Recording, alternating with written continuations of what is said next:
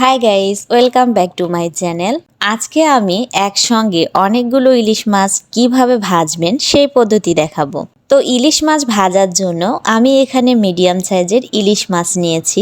মাছগুলো ভাজার জন্য প্রথমে মাছগুলো ম্যারিনেট করে নেব। সেজন্য দিয়ে দিচ্ছি 2 চা চামচ লবণ, 1 চা চামচ হলুদ গুঁড়ো, 1 চা চামচ মরিচ গুঁড়ো এবং 1 চা চামচ জিরা গুঁড়ো। এখন সব কিছু একসঙ্গে ভালোভাবে মিক্স করে নেব। সব কিছু একসঙ্গে মিক্স করার পর ইলিশ মাছের পিসগুলো আমি 10 মিনিটের জন্য রেস্টে রেখে দেব।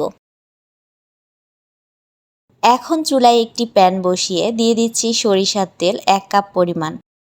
অবশ্যই ইলিশ মাছের আসল টেস্ট পাওয়ার জন্য সরিষার তেল দিয়ে ভাজতে হবে ইলিশ মাছের পিসগুলো। তেল গরম হয়ে আসলে ইলিশ মাছের পিসগুলো এভাবে একে একে দেব।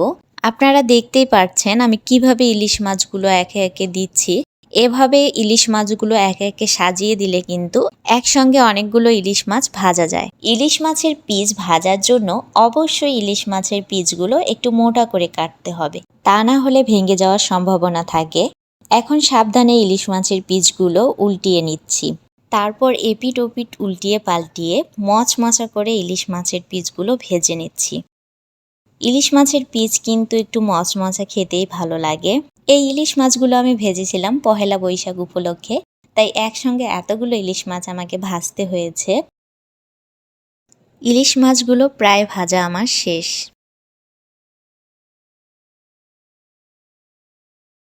আশা করছি আজকের রেসিপিটি আপনাদের ভালো লেগেছে। রেসিপিটি ভালো লাগলে লাইক, কমেন্ট, শেয়ার করবেন এবং আমার চ্যানেলটি সাবস্ক্রাইব করে আমার পাশেই থাকবেন। আর আমার ফেসবুক পেজে একটা লাইক দেওয়ার অনুরোধ রইল। পেজের লিঙ্ক আমি ডিসক্রিপশন বক্সে দিয়ে রাখবো। এতক্ষণ আমার ভিডিও দেখার জন্য অসংখ্য ধন্যবাদ।